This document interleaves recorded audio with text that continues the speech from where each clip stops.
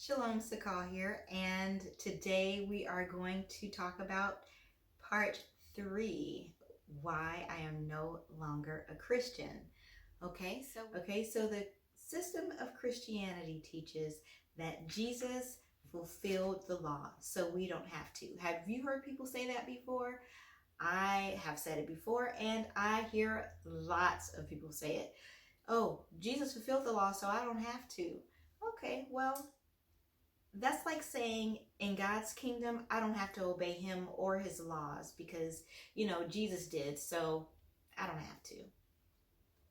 Can you find anywhere in scripture where it says that you no longer have to obey God's laws because Jesus fulfilled it? Is there anywhere in scripture where you can find that? Now, if you're thinking of the scripture, Matthew 5:17, let's go to it. It says, "Think not that I am come to destroy the law or the prophets.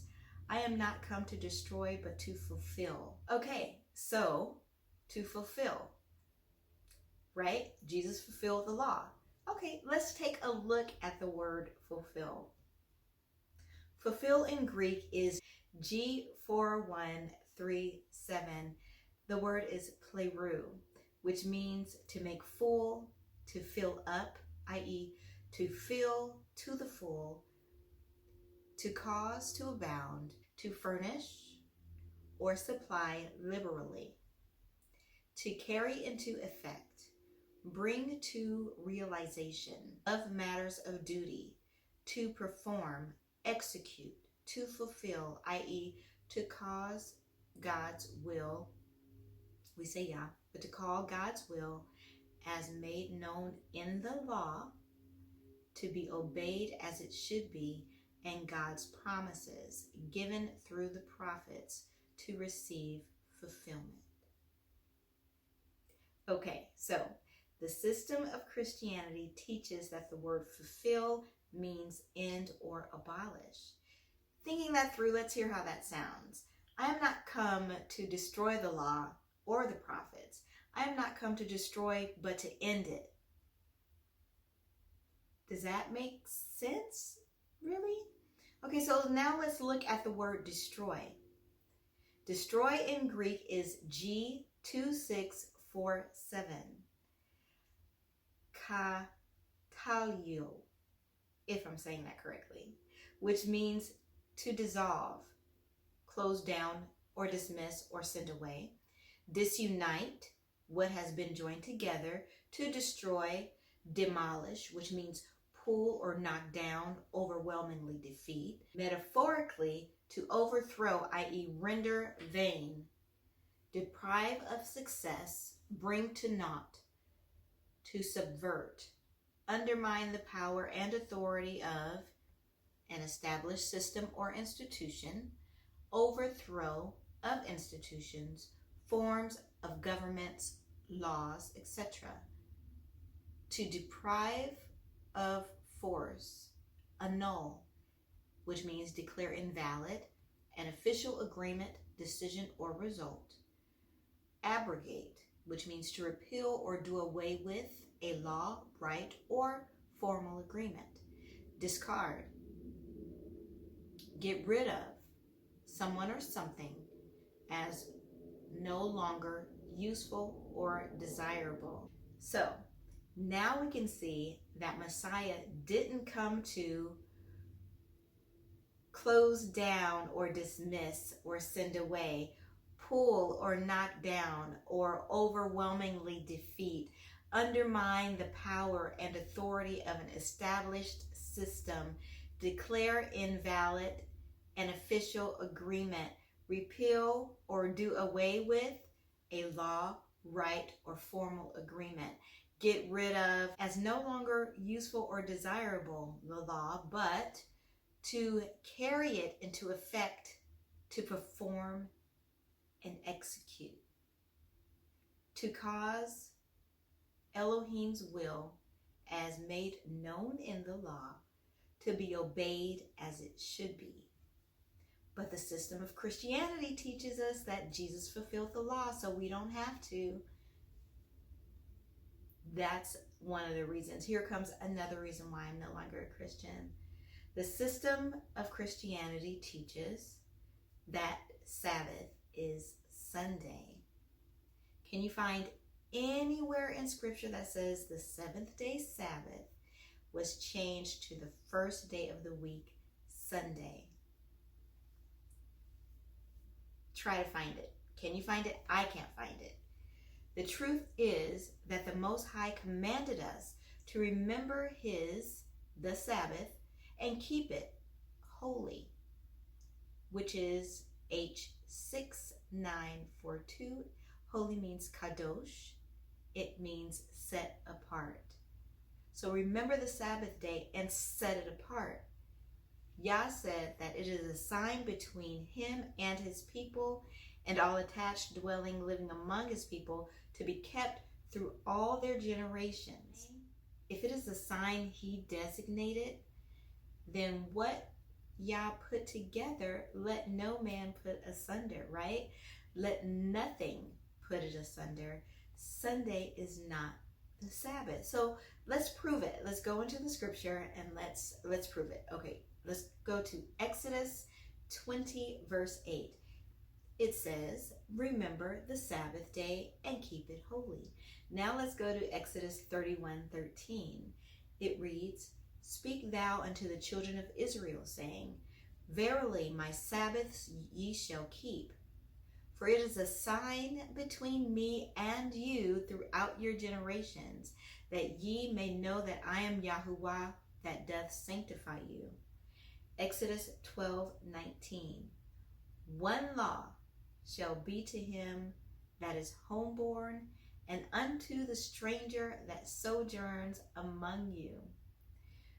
Some of us have been told and taught that Satan changed it through the Catholic and Christian Church. While it is certainly true that the Catholic Church, Constantine, did change the Sabbath from the seventh day of the week to the first day of the week, many people use this scripture to prove it. Let's go to Daniel 7:25. It reads, and he shall speak great words against the Most High, and shall wear out the saints of the Most High, and think to change times and laws, and they shall be given unto his hand until a time and times and the dividing of time. It doesn't say he would be successful to actually change it. He was successful in thinking most of the Christian world would believe Sabbath was on Sunday. He thought or intended to change it, but had to settle for his MO, which is trickery and lies. Who or what could ever change what Yah has put as a sign? What is a sign? Sign in Hebrew is H226. The word oat or oath, which means sign, signal, a distinguished mark, banner, remembrance, token, ensign, standard, miracle, proof. In other words, let you keep the Sabbath as proof that I have set you, children of Israel, apart from everyone else on the earth. Think of it like a wedding ring. You know how like a wedding ring is a sign that tells people that you are taken, that you have a spouse? So does the Sabbath, keeping the Sabbath, let people know that you belong to Yahuwah Elohim, the creator of all things, because those are his rules. Some of us were taught that Paul met with the disciples on the first day of the week, and that's why we worship, or that's why worship is on Sunday now. Okay, so please, please, please, please think about this answer and the following questions. Does Yah change? Is Paul greater than Yah or the Messiah? Did Paul tell you to change it? Let's see what's going on there. Okay, so let's go to Acts 20 verse 7. And upon the first day of the week, when the disciples came together to break bread, Paul preached unto them, ready to depart on the morrow, and continued his speech until midnight. In some of the other studies, I mentioned how the translators didn't always translate correctly. And here's a great example of that, and that's in Acts 27. The word first in the Greek is G1520 heis, which means one. The word day is italicized and isn't even there in the Greek. The translators took liberties. The word week in Greek is G4521, which means Sabbaton. That word sounds familiar, right? Sabbath. Sabbaton means the seventh day of the week, which was a sacred festival on which the Israelites were required to abstain from all work. The institution of the Sabbath, the law for keeping holy every seventh day of the week, a single Sabbath, Sabbath day. Let me take a moment to say that I only agree with the translators when they match the theme, if you will, or the accounts and patterns of Scripture. Now, after seeing what those words really mean, let's put it all together with the proper translation. Okay, so this is Acts 27. And upon this one Sabbath, when the disciples came together to break bread, Paul preached unto them, ready to depart on the morrow, and continued his speech until midnight. To confirm the day, let's look at the scripture right above it. Acts 20, verse 6. It says, "And we sailed away from Philippi after the days of unleavened bread, and came unto them to Trios in 5 days, where we abode 7 days. On the Creator's calendar given to Enoch, Passover is always the 3rd day of the week, on the 14th day of the month, on the 1st month. Unleavened bread is on the 15th day of the 1st month, and always on the 4th day of the week, and ends on the 3rd day of the next week, because it lasts 7 days. So let's start counting with day 15, 7 days. Okay? 15, 16, 17, 18, 19, 20, 21. And so we said that the 15th day is always the 4th day, which is, let's just make it easy, Wednesday. Okay, so forgive me for not using the numbered days, but I'm trying to make this easy for you guys. So Wednesday, Thursday, Friday, Saturday, Sunday, Monday, Tuesday. Okay, so we counted that. So Paul left just after unleavened bread, it reads, right? Which would have been the 4th day of the week, a Wednesday. It says it took him 5 days to get to Troas. Okay, so from the 4th day of the week, which is Wednesday, let's count Wednesday, Thursday, Friday, Sabbath, and the 1st day of the week, Sunday, right? Okay, so they arrived on the 1st day of the week, Sunday. They stayed there 7 days, and Paul was leaving the next day. So the 7th day from Sunday is Shabbat. Okay, hopefully you guys were with me with that. We're just trying to confirm that it was a Sabbath when Paul was meeting with them. Okay, so since the system of Christianity teaches that Sunday is the Sabbath, and the scriptures do not teach that, that is yet another reason why I am no longer a Christian.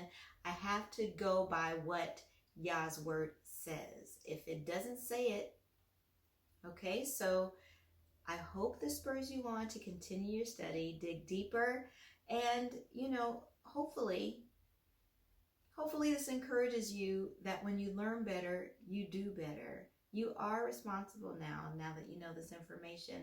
So don't just believe what I say, verify it, test it out. Okay, so I'll be back with more why I am no longer a Christian. And so please make sure you like, subscribe, and share if you will. Hit the notification bell, and Ahava Shalom.